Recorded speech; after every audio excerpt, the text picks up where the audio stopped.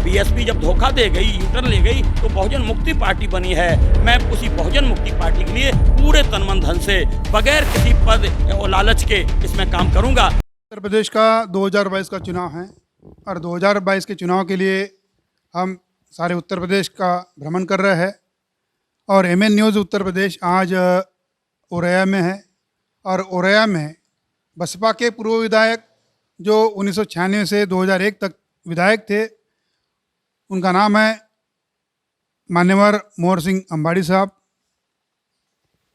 आज हमसे बात करेंगे और बताएंगे कि 2022 का जो चुनाव होगा और जो भी वो पूर्व बसपा में थे, अब वो क्या बात है कि वो बसपा से नाराज़ है, बसपा से दूर है, तो इसके बारे में हम सारी चर्चा करेंगे और उनकी आगे की रणनीति क्या है ये भी हम समझ लेंगे। सबसे पहले मोहर सिंह अंबाड़ी साहब का एमएन न्यूज़ उत्तर प्रदेश पे आप स्वागत है। मोहर सिंह अंबाड़ी साहब की मेरा एक सवाल है कि जो 2007 के बाद बसपा का जो ग्राफ गिरा है, इसका क्या कारण है? हाँ, बहुजन समाज पार्टी का जो 2007 पूर्ण बहुमत की सरकार के बाद जो ग्राफ गिरा है, जो काम उसने 5 महीने में किए, 6 महीने की सरकार में किए, उतना 5 साल की और स्थायी सरकार में नहीं कर पाया। उसका कारण एक तो कांशीराम जी का ना रहना।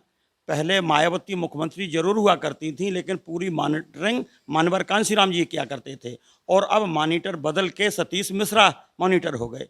अब उस सतीश मिश्रा की शरण में क्यों जाना पड़ा या ब्राह्मणों की शरण में क्यों जाना पड़ा?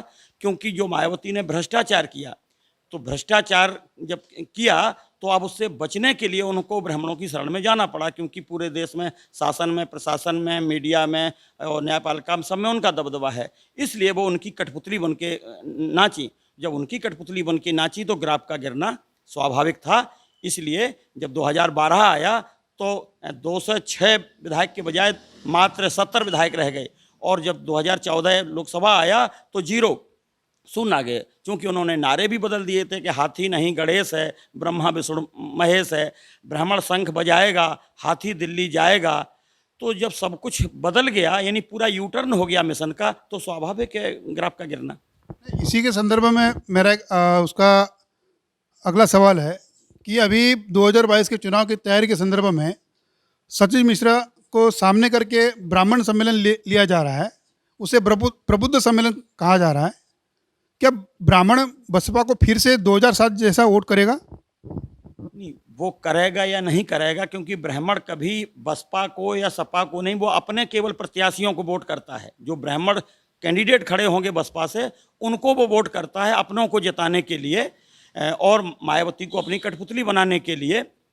तो इसलिए वो करेगा नहीं करेगा। लेकिन ब्राह्मण अपने को घोषित करता रहा था कि मैं प्रबुद्ध हूँ और बाकी सब निर्बुद्ध हैं। ये बात आज मायावती ने और यहाँ तक कि आज तक अखिलेश ने भी स्वीकार कर ली कि ब्राह्मण प्रबुद्ध हैं और वो प्रबुद्ध सम्मेलन कर रहे हैं। यानी उन्होंने मान लिया है मायावती खुद निर्बुद्ध हैं और अखिलेश यादव भी निर्बुद्ध हैं।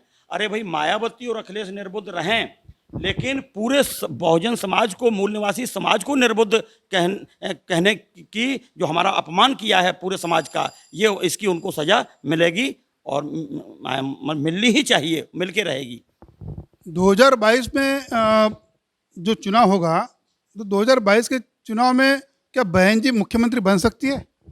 मायावती की कोशिश है कि यदि उनकी 30-40 या 50 सीटें आ गईं तो वो ब्लैकमेलिंग करेंगी। चाहे वो सपा की कम रही तो उनसे करेगी, बीजेपी की कम रही तो उनसे करेगी। यहाँ यानी वैसे प्राथमिकता उनकी या मजबूरी होगी बीजेपी से मतलब करना, और या उन्हें कोई मुख्यमंत्री बनाए। लेकिन ऐसा होना संभव नहीं है, क्योंकि जब गठबंधन नहीं जीता तो अब टुटबंधन क्या जीत जाएगा। जब 2 पार्टियों का, सपा बसपा का गठबंधन नहीं जीता, वो फेल हो गया, तो अब दोनों फिर से ये अलग हो गए, तो इन दोनों का जीतना नामुमकिन है। हाँ, बसपा के अपेक्षा मायावती ने जो गठबंधन तोड़ा, क्योंकि फायदा भी मायावती को ज़्यादा हुआ, 0 से 10 हुए, और सपा को कोई गठबंधन का फायदा नहीं हुआ, 5 के 5 ही रहे, बल्कि उनके घर के 5 थे, अब पार्टी के 5 रहे, घर के तो 2 ही रह गए। तो फिर भी मायावती ने गठबंधन तोड़ा, तो एक बहुत बड़ा धड़ा सपा की ओर हो गया। लेकिन सपा अकेले मजबूत, जब 2 मिलके नहीं जीत पाए तो अकेले क्या जीत पाएगी। तो इसकी कोई संभावना नहीं है, यदि वो स्वार्थ में हैं, घमंड में हैं या भ्रम में हैं। इसलिए यदि प्रदेश की जनता चाहती है कि भाजपा को हटाया जाए, जनता चाहती है, लेकिन नेता अपने स्वार्थ में, अपने घमंड में, अपने भ्रम में शायद अभी दिख नहीं रहा है कि ऐसा वो करेंगे। मेरी विनम्र निवेदन है आपका अखिलेश यादव जी से या दूसरे जो नेता हैं जो बीजेपी को हटाना चाहते हैं कि कृपया वो अपना घमंड कम करें, स्वार्थ कम करें और भ्रम दूर करें और एक महागठबंधन बनाएं जैसा कि जनता चाहती है, जिससे प्रदेश में भाजपा से मुक्ति मिले और लोगों को राहत प्रदान हो।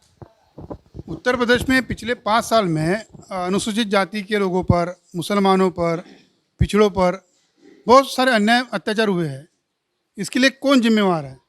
हाँ, आपने कहा कि पिछले 5 साल में या 4 साल में अत्याचार हुए हैं।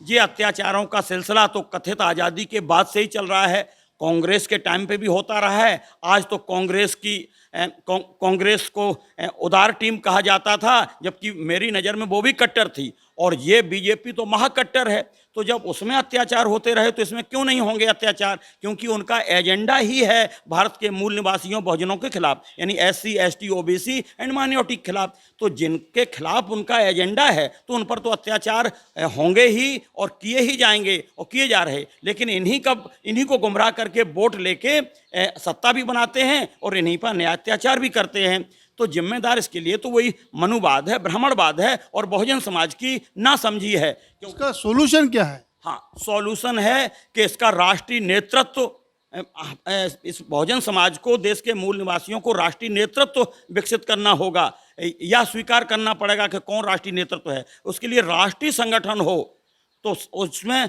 और स्वार्थ, जातिवाद का स्वार्थ छोड़ के इन्हीं वर्ग और महावर्ग का गठबंधन बनाना पड़ेगा। इन्हीं SC, ST, OBC प्लस जो माइनॉरिटीज़ हैं, इन सबको जगा के और जोड़ के जो एका बनेगा, तो चाहे वो जन आंदोलन के द्वारा हो तो अत्याचार रुकेंगे या राजनीतिक रूप से इकट्ठे हों और वो सत्ता पाते हैं, तभी इनके अत्याचार रुक सकते हैं।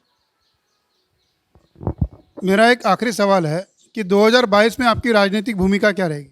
हाँ, 2022 में चूँकि मैंने 7 फरवरी 82 को मैंने मानवर कांसीराम जी से पहली बार मुलाकात की थी। तब मैं पॉलीटेक्निक डिप्लोमा सिविल इंजीनियरिंग से कर रहा था उसी लखनऊ में।